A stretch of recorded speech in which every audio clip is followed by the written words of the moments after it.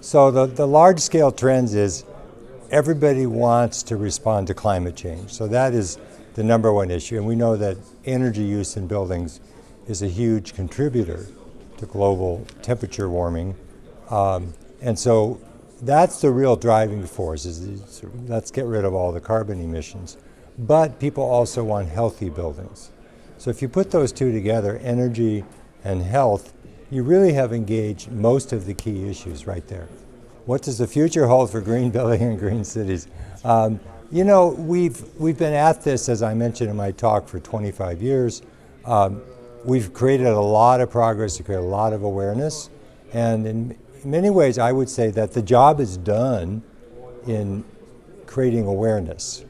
What we have to move now is towards a more action stage of where people see this is a useful tool for business, for managing buildings, for becoming healthier in buildings, and I'm going to do it. That's where we're still at the leaders are the ones doing it, and everybody else is saying, well, it's a nice idea, I'll think about it next year. So now we have to move to the broad action stage. Well, as I mentioned in my talk, the software tools and social media. I'm on Twitter, I follow, I don't know, 70 or 80 people.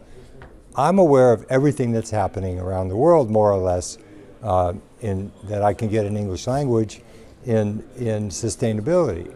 So that's social media aspect. And people are talking to each other about this on a continuous basis. And the other is the software technology. There's just so many more opportunities now at very low cost to operate buildings and facilities in a more sustainable manner and to do all the reporting and the improvements, because it's really about year-by-year improvements. If I get 2 or 3% better every year in a broad sense, at the end of 10 years, I'm 20 to 30% better than I was today. And what I'll probably discover is I will accelerate those changes once I begin to see their benefits. So I would say you don't have to go from 0 to 100, unless you're a sports car driver, fast, but you have to get started. And once you get started, you'll see for yourself what works. Well, certainly there are risks related to global climate change in terms of just things like flooding and so forth. So Houston, Texas is a great example of a city with no building code, unrestrained development, and all of a sudden nature kicks back and they're in a world of hurt.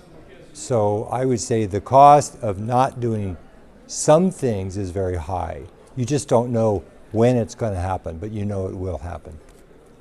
Yeah, I think the real risk is being more and more uncompetitive. Well, what does that mean? It means if you expected the building to rent for 30 euros per square meter, it might only rent for 25, and then your economic return goes down. So you will eventually have to respond to competition in your particular marketplace. So that's commercial buildings. We're only really talking about offices.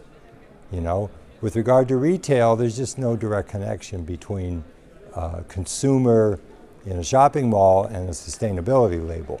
So it's been a much harder sell. But we do see action in that sector as well.